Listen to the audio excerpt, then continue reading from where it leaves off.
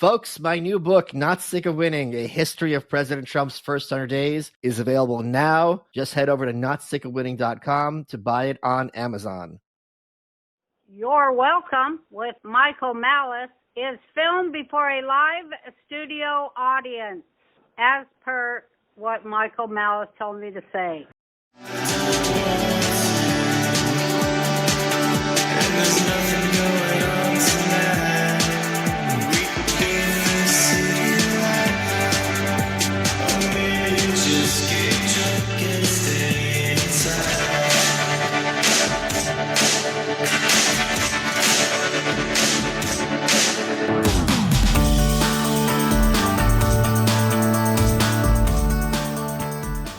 All right, folks, thank you so much for coming out on this Monday night. He's got a new book. He is a very dear friend of mine and someone who I enjoy enormously. Please give a warm Austin welcome to Dave Landau.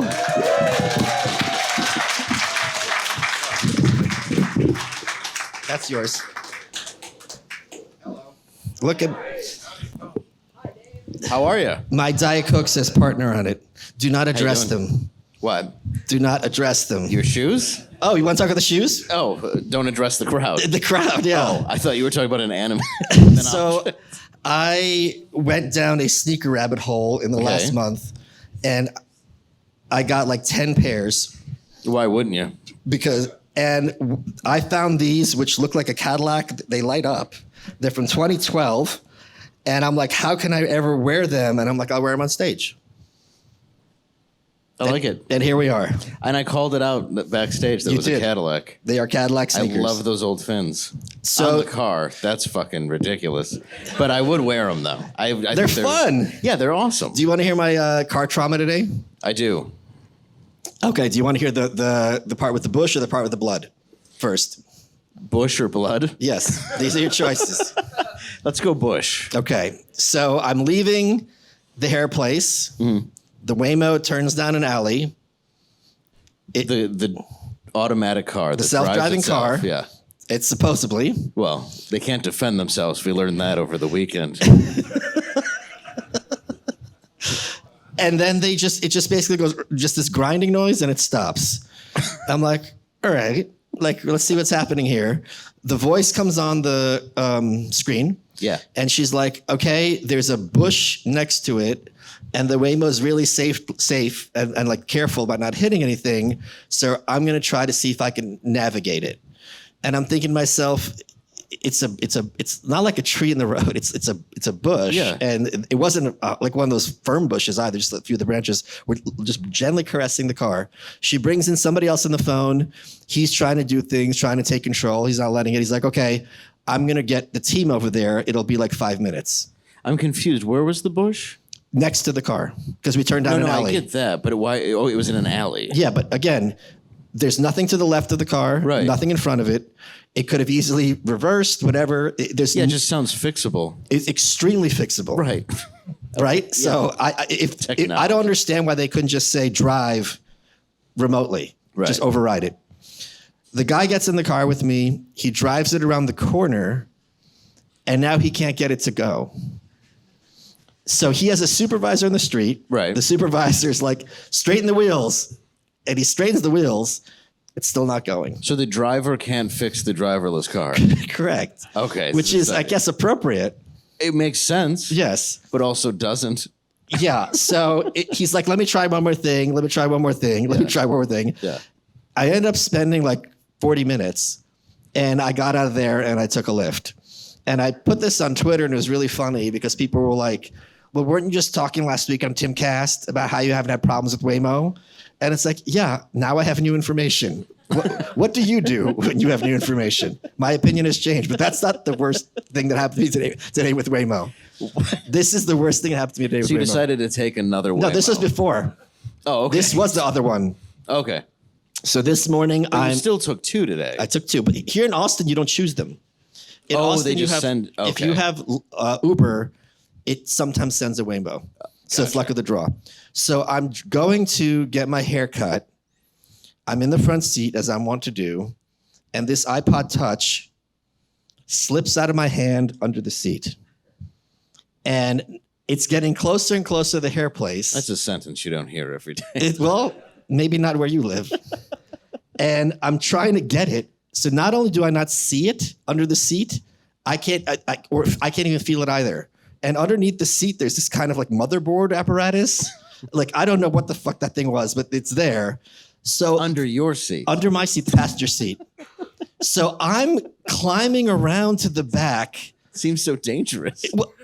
People must have seen me as there's a driverless car with the crazy person climbing over the passenger seat to the back, trying to dig around to get his iPod as the time is getting closer and closer to get to the hair place. And then they call me. And I see, because the hair place has a one name. So I see it. I think it's Waymo. And I'm like, hello. And they're like, are you on your way to the hair place? I'm like, yes, I'm a block away. I hang up on them. I can't find it. I scratch myself up pretty bad, like trying to get under all these. I'm moving the seat up, moving it down. You're bleeding. I'm bleeding. In the back of a Waymo. We pull up to the hair place.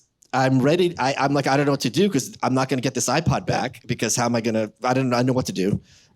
I open the door and it just falls out. I don't know where it could have been. Maybe this is some kind of, it became non-corporeal. I don't know what happened. You just swallowed it and spit it at you? And I go into the hair place and my hair lady, she goes, oh, did you take a bike here? I'm like, no. She goes, oh, because the guy at the desk said that when he called you, you were really out of breath. I'm like, yeah, I was panicking because I needed this iPod Touch and it had vanished from existence. So you were masturbating in a Waymo. You want to hear that story? Do you want to hear that story? Did you do it? Well, I didn't finish. Does it count? Well, it depends on how long the drive is. This is how Waymo saved my life.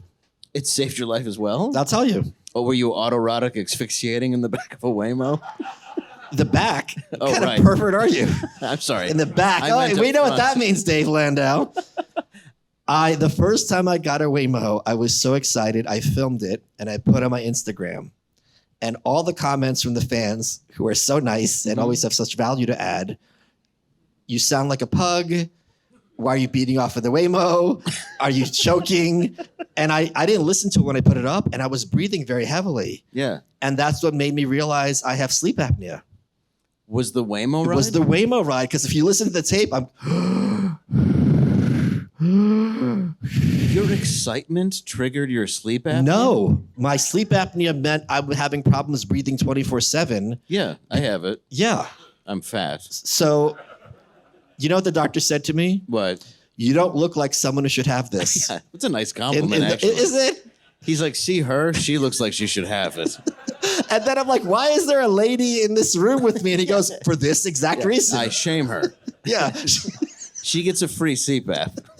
She'll probably eat it, right? So am I right? So that is how I realized that took me on this trail of knowing I had sleep apnea. And it's really a bad thing to have, as you know.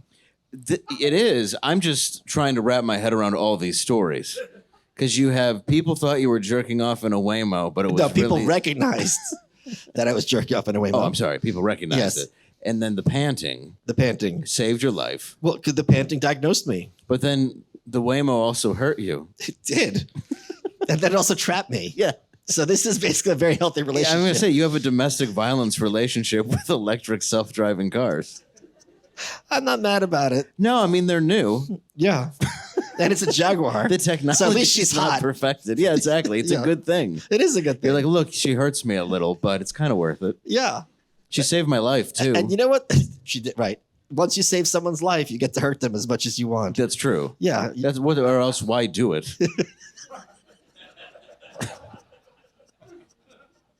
So That's fair. let's talk about your new book. What's it Okay. called? Party of One, a fuzzy memoir. So I told you not to do it, Yes. and you defied me. Well, you told me not to do it 5 years ago. Was it 5 years ago? Yeah. Wait, no, it wasn't. Okay. Still working? Yes. Okay. You told me find a writer, The book which I isn't, did. but that is. A rock and so I found a rock writer who knew a lot about Oh, you stories. did? Yeah. Oh, I didn't know that. Okay. Yeah. So what I did was I took advice. Okay. And when I got your advice, I went and found a writer who had written, books before, and I wrote out everything the way that I wanted it. I took out the obvious nostalgic shit that you didn't like and turned it just into the story about me, my drugs, going into my father's death. But I mean, that's the through line. And I actually took all your advice in writing. Oh, I don't even remember what I said. You said... I thought I told you to kill yourself. You did, but that's whenever I ask you anything. It's good advice. I mean, it's not the worst advice. I've almost taken it many times, but a Waymo saved me. But yeah, you said find another writer, which is always a compliment. But you go find a writer, and I found a guy on Don Jameson's show. Oh wow! Who was an actual he was a writer for Rolling Stone. He wrote a bunch of books for Morrissey. Wait, hold on. You know what? Mm-hmm. It's impossible to cross your legs when your shoes have fins on them. You're gonna get poked twice today by a car. This is not my. I'm gonna end up like Frogger. Go ahead, please. Sorry. Solid, though. So I found him. He went through my story and found all these parts of it. He's like, "This is crazy that you went through all this," and we figured out how to structure it. And it's written more in a way as if I'm doing stand-up or telling you a story. It's my own unique way of putting it together because it's just the way that I want the reader to hear it as if I was on stage telling it to you. I'm so old and senile that I literally thought I told you this advice like a year ago. No, I wrote it 5 years ago. That is so scary. But I sat on it for so long. Okay. Largely because your voice was in my head. And also because, honestly, there's so much in there that I had never admitted. Oh, okay. I didn't know about statute of limitations. I had to... I didn't know that Trump made racism legal again. Yeah, I'm so lucky. No, it turns out rape does have one. So, I'm kidding, completely. It doesn't. New York, they brought it back. Oh, it doesn't have one now. In New York and in California, at least, they reopened it for a window, and that's why all these women came forward because they wanted to get their attention for making up claims. Really? But not the making up, but yeah, this is a thing. Yeah. Okay, so don't sell my book in New York and California. No, there's nothing in it like that. But it was about drug addiction, dealing with everything that I had, how much acid I did, how much what started it, the night it started, and even the night that it starts in the book. And a guy who I did a ton of drugs with, who I loved, he shot himself last week. Last week? Yeah, last week. So oh, Jesus. It's kind of like what we all went through oh my God. and build it. Yeah, I know it really brought the room down, but it was the reason why I mentioned that is because I wanted to open up these stories and close this part of my life that's been burning in my head. Because of my father's death, I've been trying to get the government to pay up for what they did because they admitted it for a long time. And eventually you just don't want to put out this stuff about your family and how real it is. And a lot of it's comedy. It's great. And then a lot of it becomes tragedy. It's both. So when I finally worked up the guts to actually put it out, I wanted to just make sure it was exactly what I wanted it to be. A really easy read. Yeah. 12 stories, 181 pages, just simple. So somebody could read it just like I was talking Oh, about. I'm so excited to read it now. Okay. Thank you. No, I took your advice. Okay, okay. And, well, besides the killing myself part, my friend did. Hey, I got a call from Michael Malice. He says you should kill yourself. Well, I'm a fan, so. He was like, I'm having trouble. I'm like, I only know of one piece of advice. But it'll work. I promise you won't feel pain again. It's a fix-all. Wait a minute. So how did you find out? About him? Yeah. Oh, I knew him. How did you get a phone? No, what's funny is when someone texts you that. It was a text? I got a text. What did the text say? He may have shot himself. Wait, it said may? May have. Were there emojis of the gun and question marks? Yeah, there was. There was also... There's an eggplant. Yeah. The head with the mushroom cloud? Yeah, the guy texted me, owed him a lot of money. Just cash registered. Wait, they said blank may have killed himself? He said, I don't know how to tell you this, but this person killed himself. You know how you tell someone that? Usually in a phone call. A phone call. Which is... The phone call. And I replied with that. I said, this feels like a phone call text. You said that? Yes. Because I remember in August of 2022, 23. No, this is... I don't remember, 2020, whatever it was. My friend Justin, who I didn't really talk to in quite some time, either texted me or DM'd me. He goes, please call me. And I call him. He goes, Eric, who I dedicated the Anarchist Handbook to, has passed away. Yeah. And I'm like, I was obviously very upset. I'm still very upset. I miss him very much. But it's like, yeah, just do the phone call. And I'll tell you a funny story about Eric, because Eric had a great sense of humor and he loved making people laugh. So I hope when I die, people are laughing for the right reasons, but also for the wrong. I'll take what I can get. Yeah. I'm going to get giant fake tits put in for my funeral. You know what Amy Sedaris wants to do? What? Googly eyes. Oh, that's smart. She's in the coffin. So Eric always had issues with his weight, like very severely overweight. He did the paleo diet, and that helped him lose a lot of weight. And he died on the toilet, like Elvis. And when I heard that, I just imagined him in his very gentle voice being like, "Well, I hope the cats didn't eat too much of me."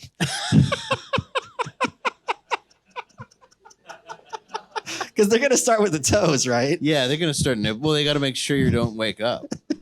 Right, exactly. So they got to test the waters. They got to tickle you first. Yeah. So I still think about him very often. He was a very dear friend of mine. It's yeah. I'm sorry for that. Well, yeah, but I mean, so how did you react to this? It was tough because I had put this out recently, and there's stories in it that a lot of them are about him, and because he was one of the first people I used a lot of drugs with. Wow. And he and I would go on a lot of acid benders. Okay. And then one night he took 19 and I took 13. And he kind of hold on. You're talking. Whoa. Yeah. Wait a minute. Let's pause right here for a second.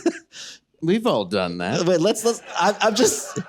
I'm just imagining the conversation. I can see the floor move if I look at something for too long. Or not long enough. Yeah, it's called HPPD. It's pretty messed up. I remember when I was writing Dear Reader, the book about North Korea and Kim Jong-il. Yeah. And they're in the North Korean propaganda. There's something in Pyongyang called the Tower of the Juche Idea, right? It's this obelisk with the torch at the top. And according to their propaganda, Kim Jong-il had designed it. And he had the idea, and this part's true, that they want to make it the biggest obelisk in the world. And then they go, an idea no one ever had before. So in the book, I have all the architects being like, you know what? We should make this the second tallest obelisk on Earth. And he comes in, he goes, let's make it the tallest. They're like, we didn't even thought of that. Oh my God, you're so smart. Because that's what would have to be true in order for that story to be true. I want to hear this conversation where someone's like, let's do 9. And you're like, 9? Yeah, well. How do you get to 13? Well, we started light. Oh no, you kept going? Well, yeah, we started like. Wait, what's light to you at that point? What's that? What's light to you at that point? 7? Well, I did like 450 hits I ballpark in my life. Okay. And at this time, I started when I was about 15, 14. And you were 6'2". Yeah. It's crazy how much it fucks up your spine. Yeah. Like all the fluid just leaks out. Although it does naturally fold. You don't even have to have surgery. I have 3 vertebrae. You're like a manatee. I also can't lie. It actually does work if you take enough. Hitler was right. You keep saying that. Why do you keep texting me that? You have the exact same mobility as a G.I. Joe figure. Yeah, like your shoulder, your elbow, and the waist. I don't even think I got that. If the G.I. Joe figure had to sit a lot. There's probably one new, well, Professor X at least. Yeah. Go ahead. Oh yeah, that's true. But yeah, we would do a lot. What we do is we buy like a half sheet or like a full sheet at the beginning of the week, divide it up between a group of our friends, and we would go out. And this one guy said, this is Jesus Christ acid or whatever he called it. And we're like, sure it is, because everybody would lie about whatever the hell they had. Like it's the same thing with weed. They'd be like, this is, Afghani gold. And you're like, you don't even know what that means. Right. You're just putting a name on dirt weed. Afghani gold is little boys who are hungry for it. Yes. Well, it did taste like ass. It's Detroit skunk dirt weed in the 90s. Yeah. Believe me, it came over here in a dead Guatemalan. You have to chase it down with Fago. Yeah, dude. It was just all seeds, which are now more valuable. It was the worst, dude. It's just, ugh. But we would do that, and then we would take, and one night we went out, and we're like, yeah, sure, it's whatever you say it is. And I took like 5, and he took 10. Okay. And then he's like, I'm going to do more. And he did 9. But how long into it did he want to do more? once we thought it wasn't hitting. Oh yeah, sure, okay, but that's a rookie mistake. Oh yeah, it's very rookie, and we were used to the fact that it would take a while, and it would too. And these weren't gel tabs; it was a paper hit, which would take even longer. Right. Gel tabs would, for some reason, always hit me a little quicker. Okay, sure. But it's like the first time I took acid, I didn't think it worked, and then right when I thought it wouldn't work, my friend was like twirling around a cane as a joke, and it was all tracers, and I was like, "Oh, this is why people do it." And he ended up taking 9 more, and then I took 8 more. Okay. And Wait, was that your first time doing 9? No, that was I'd done more. I'd done with that before, but it was my first time doing 13. We're all feeling it. Costs are rising on everything: gas, groceries, home repairs. If you're a homeowner, you probably thought, should I call American Financing to refinance and pay off this credit card debt? Then you second guess yourself because of that low mortgage rate you currently have. Listen, that low mortgage rate, it's not saving you if you're drowning in credit card interest at 25% or more. That's the math no one wants to face, but it's costing you thousands. Here's the truth. If you're only making minimum payments, that debt will follow you for years. That's why people are calling American Financing, because they're saving customers an average of $800 a month by using their equity to finally break free from credit card debt. You owe it to your family to see what's possible. No upfront fees, no pressure. It costs you nothing to find out what you could save every month. And if you start today, you may be able to delay 2 mortgage payments. So call American Financing today at 866-336-5030. That's 866-336-5030. Or even easier, go to americanfinancing.net/malice. NMLS 182334, NMLSconsumeraccess.org. Let's get back to the show. I talked to Tom Blieu, who co-founded Quest protein bars, and I think he's worth like 9 figures. And I asked him, at what point does money lose its utility, right? Because like the difference between someone who's worth 50 million and 500 million, maybe it's 10 times as much on paper, but what can that 500 buy you that the 50 can't? What is the difference between the 12th tab and the 5th? For me, nothing that I could tell. For him, he sat like this in the back of my friend's van, just frozen. And I was like, "You doing all right?" I was like, "You're all right, right?" And he's just like, I was like, "All right, I'm gonna go out and have a smoke." So he was like frozen, just frozen. Right. Okay. And we all have that little joke of like, he didn't come back. He's our Sid Barrett. He's our crazy diamond. But my trip lasted 7 days. What? 7 days. Wait, hold on. The thing with acid, to my understanding, you can't go to sleep on it. Correct. So you were up for 7 days? Yep. Except for when my body gave up. Wait, hold on. We got to break this down because, God damn it, these shoes. My body would give up in my room, but I would masturbate. Hold on. Hold on. So hold that thought. Okay. I just learned about this condition where it's very rare. It's genetic, and if people have it, they can't fall asleep. Yeah. So they give them whatever they give them. They're going to be awake, and they die. It's fatal because the brain disintegrates and so on and so forth. I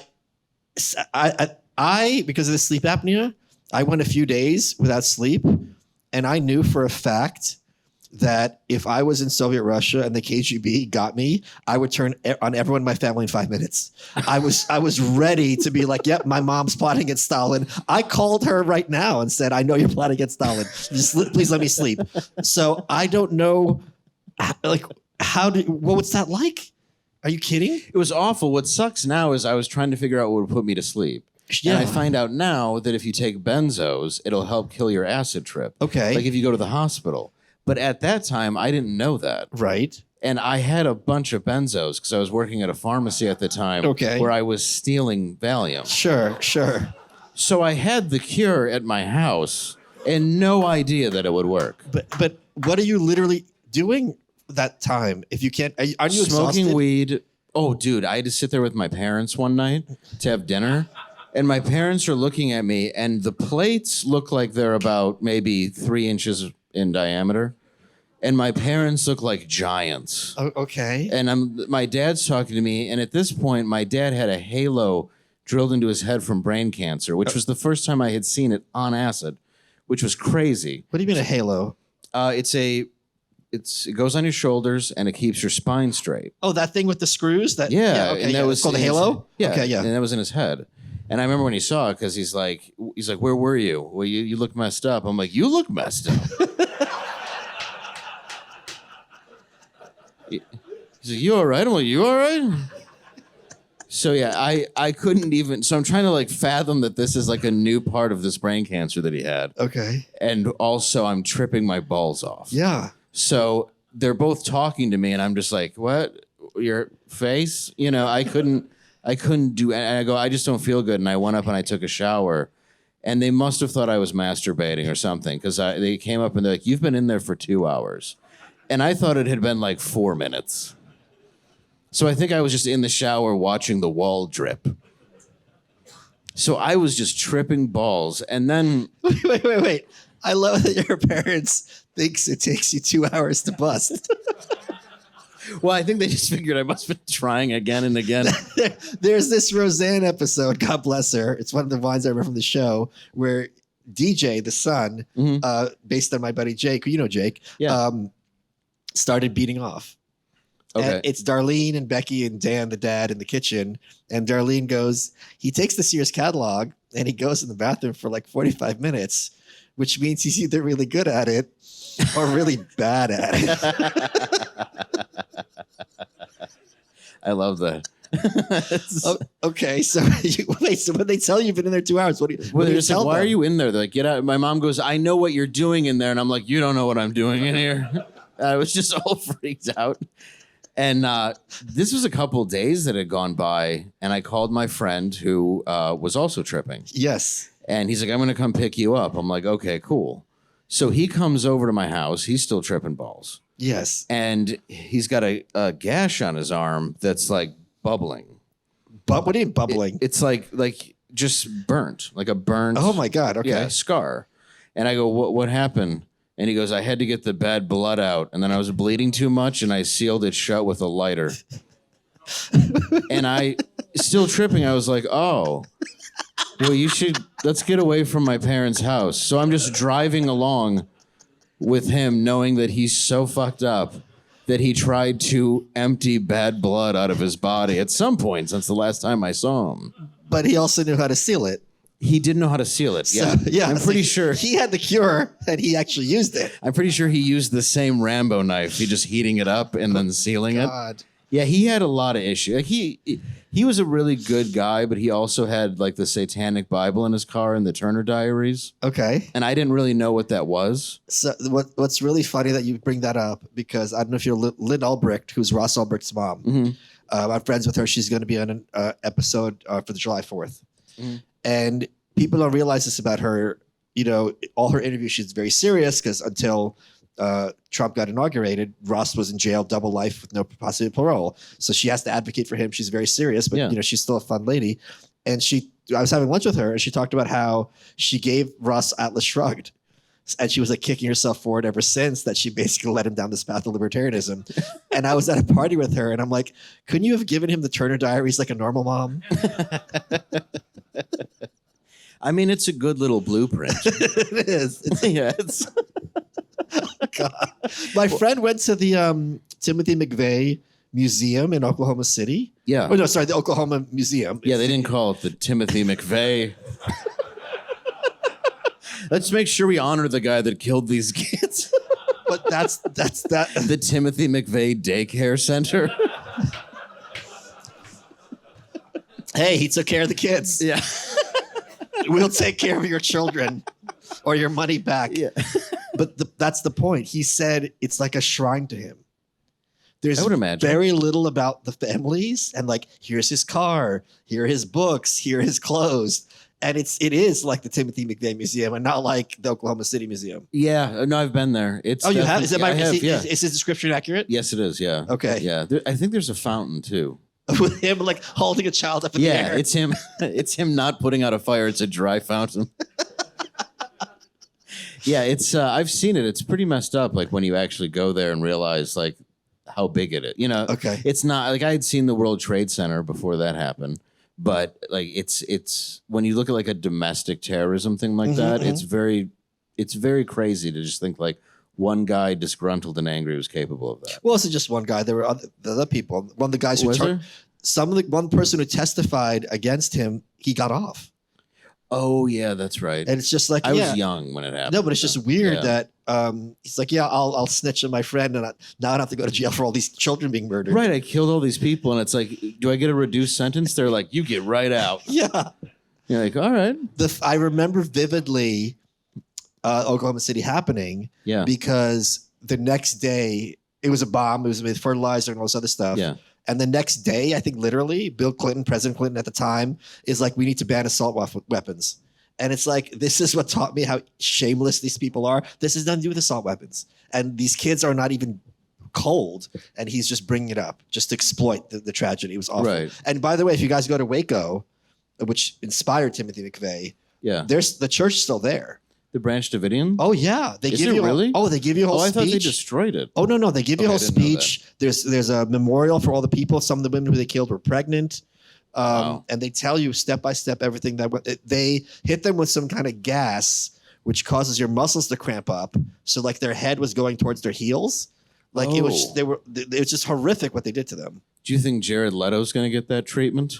What do you mean? He's in trouble for having a big sex church. He is? Yeah. Is he NXIVM? Or there's another one? No, NXIVM's a different one. Oh, there's another. Jared Leto's the head? It's just his. Wait. He looks a bit like Jesus. Well, did he play Timothy McVeigh or Jeffrey Dahmer? He played somebody. Oh, I'm sure he played. He played someone like that. The Joker? No, did he play Manson? He played some. Oh, he played. Or Koresh. He played the guy who shot John Lennon. That's right. Yeah. Yeah, that's right. Mark David Chapman. Yeah, Mark David Chapman. Yeah. Who's also out. Yeah, he's out of jail. And puts out music. No, I'm thinking of who's the one who shot Reagan. Hinckley's out. John Hinckley is out. No, I have a record of John Hinckley. I've tried to get him on the show.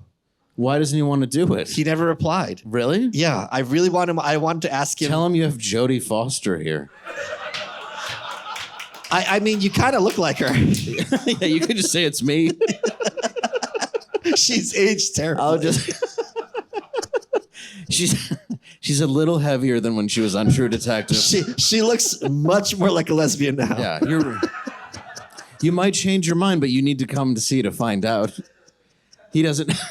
Just walks in and goes, Jody. We don't even have to trick him.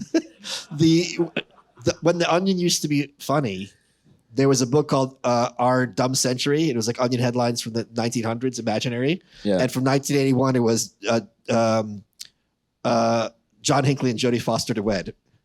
To wed. Yeah, that was one of their headlines. Dude, that's great. Wait, so let's get back to you're with your friend. Okay. In the car. The blood's been sealed. Yeah. Oh, yeah. He's not bleeding anymore. Okay. It's just a burn. Okay. And he seems fine with it. Okay. So you're fine with it. Yes. You've got other issues. Yeah. I'm just tripping balls. But finally, after I want to say that I peaked for 5-6 days, and then 7 days it finally just left my body. Okay. How long did you sleep? Do you remember? Probably not that much. I didn't sleep a lot then on purpose.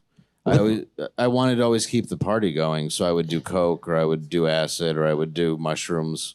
Wait. So this wasn't, I need to stop doing acid. This is, I need to start doing acid better? Yeah, it was, I should just not take that many. Wow. I mean, the real lesson here is none. No, the real lesson here is you don't need to go to a doctor to get the bad blood out. You could do it yourself, even when you're high. And also, he stopped tripping, so how can we say that didn't work? Right there we go. And also, I don't know if he ever did stop tripping. That's what's sad about him passing. Like, he ended up being schizophrenic. Sure. Okay. And I don't think it was a result of that. It couldn't help. It didn't help that. But he became very religious. He believed that he could see a war between good and bad, angels and demons. Okay. And very convincingly. And I believe him, actually. I really do. There was something about it. And he was very, very strong in his faith for a long time. And whatever he saw, and I think when he found out he was schizophrenic, he thought it was all a trick. And I think it broke him because he thought it was then his mind as opposed to like a spiritual gift. Yeah. And then he slowly kind of started spiraling. And I didn't know nobody knew he was spiraling. Sure.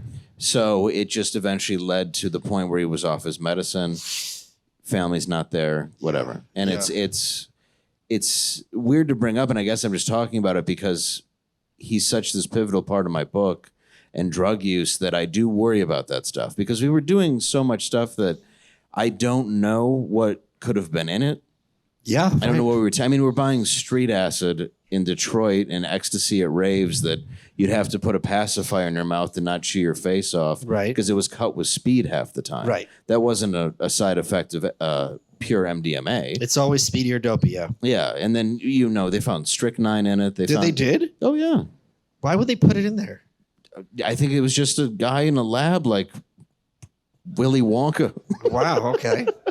And just throwing whatever, though, just kind of making this. Here you go. It's a chemical. It's mostly ecstasy. Holy crap. Okay. But we would go down to raves, and we would go down to this place. It was in Mount Elliott called the Firehouse, Okay. and they were all owned by. That's not a gay bar? No, not then. I had been there. Not when we walked in. I had been there before. When we left, yeah. It might still be. The Firehouse? Okay. Yeah, well, it was owned by gangsters. I have a friend Okay. whose little brother tried to rob one of their establishments. And if you ever walk into a room armed and we'll just say the Russian mob is in it, they don't give you their money. Oh, wow. What happened? Well, let's just say it wasn't an open casket. Oh, my, really? Yeah, he was Swiss cheesed. Wow. Yeah, You mean just... Russian cheese. Yeah, Russian cheese. Yeah. But he was a drug addict who wanted to get money, but it's like, you don't rob the mob. Yeah. Yeah. So like a lot of dark shit would happen in those places. And it's like you realized it. Like they would have fake ambulances at a lot of the raves. And if somebody was ODing, they'd put you in them, drive you 10 blocks, and just throw you out in the middle of Detroit. Well, those sound like real ambulances. What's that? Isn't that like what Public Enemy is complaining about with 911 as a joke? Well, yes. Yeah. And also, I mean, they were quicker responders than the Detroit Yes, ambulances. yeah. But you just weren't anywhere near a hospital. So, I mean, Anyway, I'm getting sidetracked, but yeah, no, that's... but it sounds like your friend has been on a downward trajectory for many years. Yes. So this is going to be a gross question, but I'm sure you could take it for what it's worth. Was there any part of you that was like relieved in the sense that he's got like peace? Yes. Okay. Like, it's the first chapter of my book, so I can talk about it, but it's about the first time I got drunk. Not drank, but got drunk. And it was, we found a fifth in my parents' basement. My dad was not a drinker. His dad was left him the day he was born because he was an Irish alcoholic, just left. Oh my God. And my last name, our family last name is actually Donnellan, but he took the name Landau off of the guy who ended up raising him. Okay. So that's why that's my name. And he won this is 1996, and he had won a golf tournament in the mid 70s and then just put it up into this back shelf in our laundry room in the basement. And that's what I pulled down for us to drink. So it was me and two of my friends, and we're like, let's do shots. So I didn't really know the size of a shot glass, so I got these Dixie cups. Oh my God. And then like when you brush your teeth? Yes. Okay. So then we were pouring them in, and then we finished it. Okay. So that's probably like what, 4 shots, 3 shots? Each? I don't know. It was a full fifth. So, I mean, yeah, by the end of it, I mean, 3 people who were not experienced in drinking How old were you? finished this. 14. Oh, crap. Oh, wow. So we were hammered. Yeah, of course. Yeah. And my mom starts screaming, wake up, wake up, wake up. And it's at my friend who's unconscious on a beanbag chair. Oh my And I God. know she's not making it up because she's a nurse. She's like, go get your dad. And I'm like, oh, all right. And I went to the staircase, and it was like Mount Everest. And eventually I got upstairs by pulling myself up the banister. Oh my God. And I was like, you got to call. He's like, I know, I can hear. And then I can hear the shrieking. and then when the ambulance came, they put out a stretcher, and I laid in the stretcher thinking it was my bed and curled up. And then the paramedics were like, did it like get off? And then after 1 second, they just flipped it, pushed me off, threw him on, and took him out. And then me and my friend Ryan end up in our living room, and they're like, the cops are going to talk to you about what just happened. Okay. And I go, okay. And this So you're guy, drunk still. fucking wasted. Yeah. And you're not scared the cops are coming? No, I'm too drunk. Wow. Like, I'm at that level of drunk where you're like, I love you and everything. I don't think I've ever been that drunk. Maybe this is my Soviet upbringing, but What's I that? don't think I've ever, it is my Russian heritage. I don't think I've ever been drunk enough that if someone's like, the cops are coming, I'm like, oh, this is fine. Well, this detective walks in, and he comes, and I shit you not, and he goes, all right, we need to know what your friend took tonight. I said his name, but all right, your friend took tonight. And I go, okay. And he goes, and we looked through your basement, and I think we found what it was. And I swear, this is on my life, he pulls out non-toxic Elmer's wood glue. And me and my friend Ryan burst out laughing, and Ryan goes, way to go, Columbo. No way. I swear to God. And I go, you did it again, Kojak. No, you didn't. I swear to God. And we're now roasting this fucking guy with every cop show we can think of. So my friend goes, you didn't notice the empty liquor? Holy shit, Magnum PI. So, and I remember the last one was when the cop goes, he goes, I could arrest you and your parents. And he storms away. And my friend Ryan goes, go, gadget copter. And it was the last one he could think of. And, oh my God. but what happened was my friend who. Wait a minute. Is this how Dr. Claw? Was that his origin story? Dr. Claw? Yeah. You might have been. We never saw his face. That's true. It could have been him. So he walks away, and then we find out the next morning. I wake up and my mom's like, you don't feel too good, do you? And I was like, yeah, I feel awful, but I was 14. My liver was great. Right. I felt fine, but I had to be like, no, it's boo, And she goes, died last night, or Trey, we'll call him, died last night. Good And save. I go, what? I know. Nobody will know now. And I said, yeah, and I said, Trey, who could he mean? and I was frozen, and they go, but they revived him. And I was like, oh, thank God. Okay. That was the most evil ellipsis in history. Yeah. Well, fortunately, there was an electric car there. So. Self-driving car. Yeah, self-driving car. I'm sorry. So, but they ended up, and he. Is that true what she said? Yeah. What happened was his. I wrote the exact timing in the book. His heart and everything had stopped, and he had flatlined to an amount of point that it could have affected his brain and breathing. And then they eventually brought him back with defibrillators. Yeah. Holy crap. Yeah. So now we had to have a meeting the next day where my mom's like, his parents are coming over. We're going to all talk. I'm like, no, I don't want to do that. And she said, we all need want to to get talk. drunk. Yeah. Yeah. Yeah. Like, I want to do this again. So his dad came over, and his mom, my friend's mom and dad. And then, Trey comes walking in, and he was Lebanese, but he looked like he was blue. So he looked like Grover. We called him that for a while after that. But he walked in, and we looked at him. I'm like, I'm like, yeah, man, they said you died. I'm like, I got to be honest. They could have hit you with a few more volts. Oh my gosh. So we walk over, and his dad gives this big speech about, the more you know. Like, you can't drink this much. This is crazy. Even when we were 18, we would drink a few beers, all this other stuff. They weren't wrong. No, they were concerned, but it was also a sign from the universe telling me, this is your first time drinking, and you're having an intervention. That means you're really good at it. Yeah, yeah. So that means This is your path. Yeah, the day that I discovered, it's just the universe going, don't fucking do this. Holy and shit.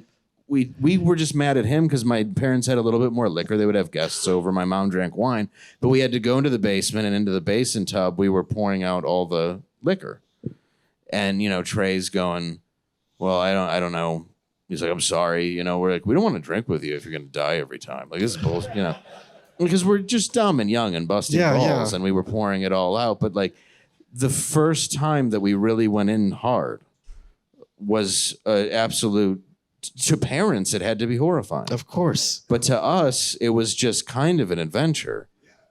Like it's just kind of there's a rebellion you have. And it wasn't even against my parents. It was just against everything.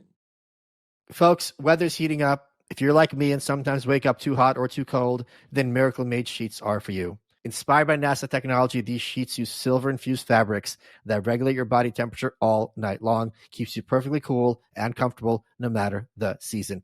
Plus, traditional sheets have more bacteria than a toilet seat. They give you acne, allergies, odors, Miracle Made's antibacterial silver fabric prevents up to 99.7% of bacterial growth, so your sheets stay fresher and cleaner 3 times longer, meaning less laundry and no more gross smells. Yeah, this really is tailored to my audience. Sleeping on Miracle Made sheets is like upgrading to a 5-star hotel without the price tag. They're incredibly soft and breathable. You don't wake up sweaty or uncomfortable. If you want better sleep, cleaner bedding, and less hassle, Miracle Made sheets are the way to go. So upgrade your sleep as the weather heats up. Go to trymiracle.com/malice to try Miracle Made sheets today. And if you're buying them for yourself or as a gift for a loved one or someone you don't love, if you order today, you can save over 40%. And if you use our promo code MALICE at checkout, you get a free 3-piece towel set and save another 20%. And this is great. Miracle is so confident in their product, you got a 30-day money-back guarantee. If you're not 100% satisfied, full refund. Upgrade your sleep with Miracle Made. Go to trymiracle.com/malice. Use code MALICE. Get your free 3-piece towel set. Save over 40% off. Again, that's trymiracle.com/malice to treat yourself. And thank you, Miracle Made, for sponsoring this episode. Let's get back to the show. I was a huge fan of the Go-Go's, still am. And they had a VH1 used to have a series called Behind the Music. It was a documentary series, and theirs was like the second best one. I loved it, yeah. Yeah, and Charlotte Caffey, who was the keyboardist and wrote a lot of their songs, she talked about the first time she did heroin. And she said to herself, this is how I want to feel for the rest of my life. So when you got that drunk, did you actually enjoy it? The moment that I felt the alcohol, the hard liquor kind of warm up the middle of my chest, it was the greatest feeling I ever felt. Every bit of pain that I've ever had emotionally, I was going through some stuff at the time, bit of insecurity. It just turned me into confident and happy. And I was like, oh, this is the recipe for life. Yeah, okay. And I loved it. Like I was instantaneously hooked. Wow. And really, when I look back on it, there's this point of where alcohol, when you're that drunk, is fun. Sure. But it doesn't last very long before Right. you're a sloppy mess and then the hangover and everything. But at that moment, it did a lot for me. And I smoked a shitload of weed, and I'm like a very anxious person, so I don't know why I did so much of that, but I just thought it was fun. So mixing it all the time, I would drink more alcohol to kind of offset the weed. And it just, it was an answer. It was like the only other time I ever felt that good was when I accidentally smoked crack. I feel like the word accidentally is carrying a lot of weight here. It's my friend rolled a joint. We had gone down to the street called Weyburn in Detroit where they would sell weed. And you would kind of pull up and you'd do your bird call and 10 guys would come out. Bird call? Yeah, you'd be like, call. Wait, and they'd go, hoo-hoo. Wait, no. Seriously? Yeah. It's so they knew you were there to buy dope. And to make the police think it was just a couple owls talking.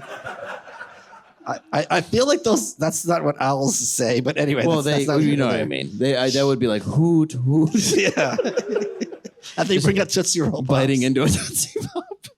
So we went and got it, and my friend Zach rolls it up on my friend's back porch, and I hit it, and we hear like a sizzle, and it doesn't last very long at all. I don't know if you smoke crack, but like as I hit it, I was like, "Oh, this is the best weed I've ever fucking tasted in my life." Like it was this orgasmic symphony of joy. Right. And then I blew it out, and he goes, "I was like, what kind is that?" He goes, "Oh, he put crack in it for free." Well, like it was a sample at Sam's Club. Well, we all had those programs in school. I have a shirt someone gave me that says DEAD, drugs end all dreams. Yeah. But they don't. They start some of them. The thing they always tell you is that they give it to you for free the first time, and then you're addicted. Right. That's why. And it sounds like it's really It sounds like something you'd want to do again. Well, no, I didn't though. Okay. I did a lot of cocaine after, which is the white person form. Yes. No offense. Don't groan. We did a lot of crack, and they did a lot of crack in Detroit, and then in the more suburban areas, there was cocaine. So it was everywhere. When Dave Landau says, "I have a black friend," he means crack. Correct. And he's forever in my heart. And in your bloodstream. Yeah, so it's what we said to him. We were like, dude, this isn't like, you don't just get free crack. It's because you're addicted. And honestly, seconds later, I was like, we could get more crack. We have a guy. Yeah, like, we know what bird likes crack. Right, like there's no reason. Like, and then my friends went and they made him throw it down the sewer in the entire bag. And I mean, it was really sprinkled with crack. He just gave me Fershies on the joint, so I got the sizzle. Can you tell describe to people what smoking crack feels like? It honestly just felt like everything in the world was, there was no pain, there was no anything. It was just this feeling of pure happiness and no worry, and just this, God, I don't want to promote this drug like I am. It was horrible. In all fairness, everyone who watches this show is already on crack. Oh, that's true. Wait. So is it better than heroin? Heroin, no. Okay. Oh, so heroin's better. Oh, yeah. Okay. But that's crack's more addictive than heroin. Crack is more addictive than heroin, but heroin, I don't know. Heroin because it lasts longer. That's why. Yeah, and you're it's nodding out. It's a long period. And there's so many versions of heroin now that you can be hooked on. Is that true? Oh yeah, it's opioids. Oh sure. I thought right. I mean, but it is literal heroin. You know, if you have Demerol, that's better than heroin in my opinion. Like it just depends on your body and what you digest. But there's so many different things that you can use that is essentially heroin. Okay. I mean, just it's a synthetic painkiller. Yeah. Right. So yeah, no, heroin was a delight, but it was another one that I didn't want to pursue. I just wanted to try. Did you inject it or smoke it? I injected it. Wow. Were you scared of the needle? Yeah. But especially because the guy I was hanging out with. What do you mean? He looked like he had done it before. He also died from a heroin overdose not far after that. Oh, my God. Yeah, it was in his kitchen. His mom found him between his stove and refrigerator. Oh, my God. So I think he either dropped something or just fell funny. I don't even know where to go with that. Huh? He was a friend of mine, but he was big into heroin, and I was like, we'll do it. I did smoke it, is what I was getting into, but it was black tar. It wasn't. Okay, real heroin. Yeah. Okay. I forget where our story was.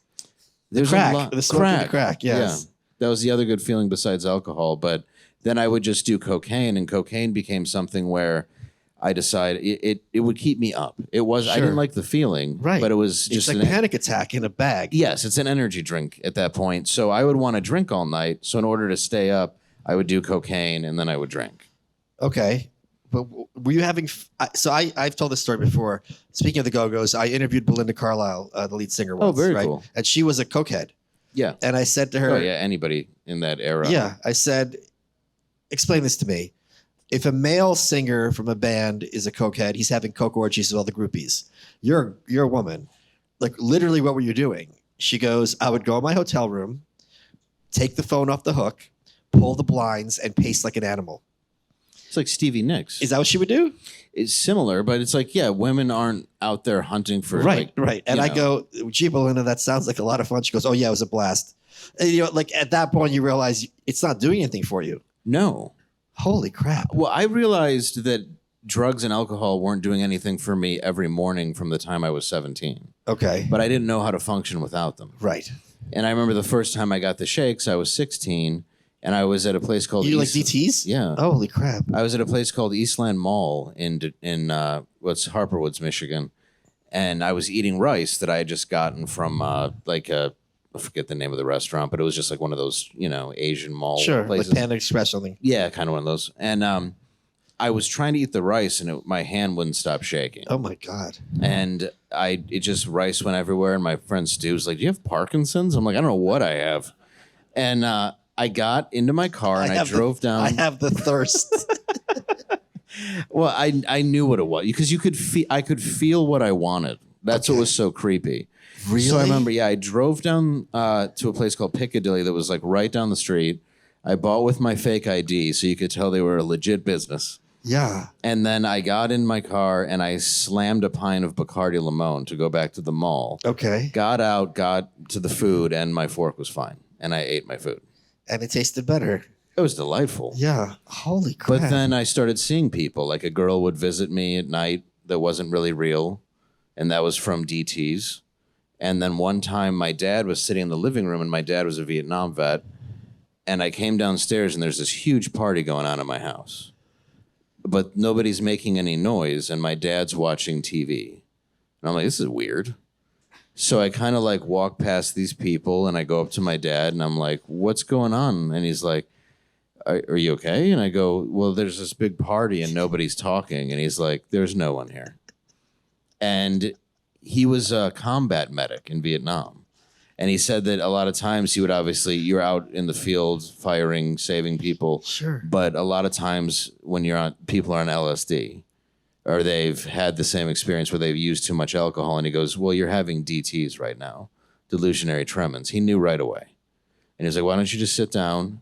And then my dad was like comforting me because it turned out he knew all about this stuff from being in Vietnam. Holy crap. And then that was one of my first times I went to rehab because I was just seeing imaginary people everywhere. Well, what do you remember what the girl's name was? She didn't talk to me. Well, what she like? Explain this. Is She fascinating had to black me. hair. She looked very young. She's probably about 7 or 8. And she would just stare at me. Like the girl from The Ring. Not like creepy scary. Okay. I mean, the fact that she was there was scary, but she just looked like kind of a pale girl who had black hair and What would was just she stare wearing? at me. All black. What, She was black and white. what was? Wait. So this is nighttime, daytime. Nighttime. So you're in bed. I'm in bed, and every time I would turn the lights off in my room, she'd appear. And then I remember the first time I saw it, and I was freaking out, and I'd turn it back on. She was gone. Okay. And then I would turn the lights off. She was there. I wouldn't sleep in that bed. It's the only one I had. You could sleep on the couch. No, I'd sleep in the bathtub. I don't my care. dad was on the couch. He had Well, you- sleep apnea. the bathtub, something, anything. No, I knew it was my brain though. You did? Yeah, I mean, I knew it was a delusion because I Okay. wasn't sleeping. I was abusing my brain. I knew. I never had like on LSD. You don't really have these visuals of all these like people. Or Sure, anything. sure. It's just more colors and Sure. body buzz and stuff like that. But in this case, I knew I was having a delusion. Sure. But I didn't realize why. But I had been abusing my body so bad that, I mean, there was no other answer for me, but I didn't want to tell anybody about it. And I would have this like swooshing in my ear all the time too. And I didn't know what that was. And it was just a noise that I was imagining. I mean, But I mean, I was drinking every day. Like in the morning before I got in my car, when I had it, I would keep a pint underneath. a pint of what? What was your drink of choice? Captain Morgan usually at the Okay. time. Yeah. Keep it classy. And also Bacardi Limon, which Yeah. sucked, but it had like a lemony flavor. Yeah. So I'm like, they won't think it's booze. Oh. It's just lemonade. So I would sip that, start my car, and then drive to school. To school? Yeah. This is high school? Yeah. Holy crap. Yeah, I was like 16. My dad passed when I was 18. I didn't realize that. Yeah. He had Agent Orange from Nam. No, and he I got knew sick that. when I didn't was- realize he passed when you were that young. Yeah, part of it was he was going out of the country to like do these surgeries and all this stuff. He was paying out of pocket because, fuck the VA. Right. And I was at home and we had like people watching us. We had a babysitter, sadly, but my mom didn't trust us to be alone. I think it was the alcohol. Yeah. What about that And- girl? Could she babysit? There was a whole party of people to babysit. Yes. This silent party. Yeah, it's so Wait, hard wait. to like explain all this in one thing. Wait, but the just party, were they literally just standing around or were they dancing? No, they were talking and but no noise. no noise. They were talking like but nothing. You can No. remember vividly? Yeah. Were they dressed normal? Like, Oh yeah, they were dressed like my dad's age at the time. okay, friends. So okay. I thought it was friends of my dad, but I Yeah. mean they were as clear to me as this audience is oh to my you. God. So that's what I thought was real. Yeah. And that's when I really realized I was just going off the rails, but Yeah. I never stopped myself. I would end up I was arrested 13 times. I would end up in jail. I would end up in rehabs. I would end up in mental institutions. But every single time I got out, I would do the thing of like, I'll just smoke weed. Like immediately. And then that would turn into every other drug. And then I just would do anything put in front of me. But was weed kind of your way for self-medicating anxiety? Yeah, I think in a lot of ways. I never did it when I was real young. I think I was like 13 when I did it first. Oh my God. That is really young. Oh, well. Yeah. That's junior high. Yeah, it was junior high. Yeah, that's young to start Yeah, doing 7th weed. grade, Yeah. 8th grade. Yeah. Yeah, it was when I guess that's true. My son's going into 5th, and I'm glad he's nothing like me Yeah. in that way. Yeah. Because, I mean, we had friends, older brothers, who introduced us to drugs and alcohol and all that stuff, and porn on Laserdisc. That happens a lot where it's the older brother. Yeah. And in retrospect, that makes so little sense to me because you would think that their job would be to keep the kids safe. No, their job is to fuck with you. Yeah, it's really bad. I remember when I was 7, he had a porn on Laserdisc because it scarred Who's me. he? My friend's older brother. Okay, Sorry, I explained it like you would know. Sorry. My friend's older brother Is he who lived down here? the street had a Laserdisc. Okay. And it was porn. Right. But I thought it was 2 girls sharing an ice cream cone. And I couldn't figure out why the ice cream cone wasn't melting. And then I realized it was a grown man's penis. And then I went home and my dad was there. And I'm like, Dad, these 2 women were licking a man's penis on the TV. You said penis? Yeah. Okay, you knew I that was word? like 7. No, I didn't know what word. 7-year-olds use weird words. Yeah, sometimes. I could have said wee, but I'm yeah. sure I said penis. And my dad was like, okay, well, your mom's the nurse. When she comes home, maybe she can explain that to you. He was really funny. Wow. Did she? In a way that I didn't quite get it. Okay. To this day, the way they taught sex to me, they did the best they could. Okay. What does that mean? My mom rented a movie from a place called Time Out Video. Okay. And it was a cartoon. Oh, God. It looked like Rugrats. Uh-huh. Of parents fucking. So it was like, this is your mom and this is your dad. And as you get older, you'll have hair on your penis. So this is the Rugrats prequel. Yeah. It's the prequel to Rugrats. And that's how Rugrats came from. So and like your dad will get an erection and it would show you that. And then they had like swimmers going through the sperm. Yeah. And like one had a baseball hat and one was a doctor. You know, it could have been anything that made it to the egg. And the one's all fucked up looking. Yeah. And one's in a wheelchair. Yeah. One has 2 heads. But yeah, so One's black. one's got a stutter. Sometimes white women give birth to black kids. It's not because they're having an affair. It just happens. It's just why it showed up. Yeah. And it won the race. But so that was my introduction to sex, and then shortly after we watched the movie Philadelphia as a family because Tom Hanks was in it. Yeah. And that was scarring. Because I loved him. I'm like, oh, cool. Turner and Hooch, The Burbs, Big, dying of AIDS. You know, that I've been thinking about that movie a lot in the last week, and I'll tell you why. Because it's ridiculous. I haven't seen it. Oh, it's way over the top. I'll tell you why. A lot of times on Twitter, where I spend too much time, people don't understand others who have more than one context. Mm-hmm. And there was an old Family Guy episode, first season, so like 20 years ago, I remember it. where Peter Griffin's like, oh, that's Tom Hanks. Everything he says is hilarious. And it's Philadelphia. He goes, I have AIDS. He's so funny. Laughing at it, yeah. And I get people like, oh, Malice is always trolling.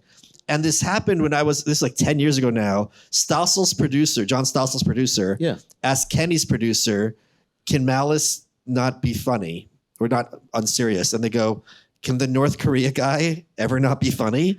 And when you put it like that, it's just like, yeah, what do you think? But when people have you in one box, they stick to it. It's so frustrating. Well, especially as a kid, though, because I grew up with all of his movies. Yeah, of course. So it's like there was no other trajectory for him except for the fact that I found him hilarious. And I loved him, like Dragnet, all that hate stuff. him. I hate him. I really hate him. Once I saw Castaway, which is a 2-hour ad for FedEx, I started like he still has the package. Why didn't you open it? I never saw You didn't Castaway open either. it once? What if there's a phone in there? Was there really? What was no, there? I don't remember what it was. Would they never show what the package was? I don't remember. He goes back and the woman he's dating is, the woman from Mad About You, Helen Hunt. Yeah. And she's left him for somebody else, but she kept his Jeep. Why wouldn't she? What's she gonna do? Well, with it? it's a Jeep ad as well. Oh, okay. Well, it's like, you're going to forget the guy, throw out all his shit, and you're like, I'll keep his car. Folks, head over to malice.locals.com where Dave took questions from supporting listeners. Dave, we're running out of time. Congrats on the new book, by the way. Thank you. I appreciate it. What has been your favorite part of today's interview? Your stand-up. You are welcome.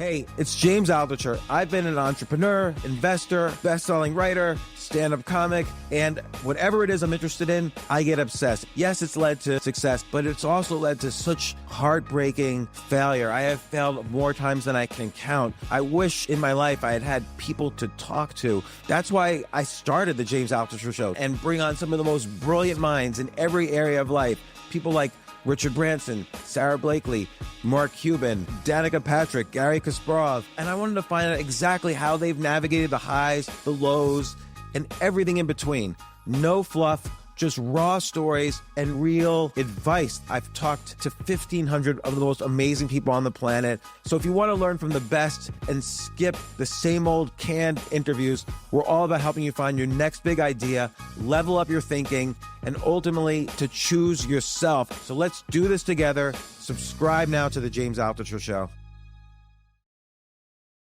This summer, Pluto TV is exploding with thousands of free movies. Summer of Cinema is here. Feel the explosive action all summer long with movies like Gladiator, Mission Impossible, Beverly Hills Cop, Good Burger, and Transformers: Dark of the Moon. Bring the action with you and stream for free from all your favorite devices. Pluto TV. Stream now. Pay never.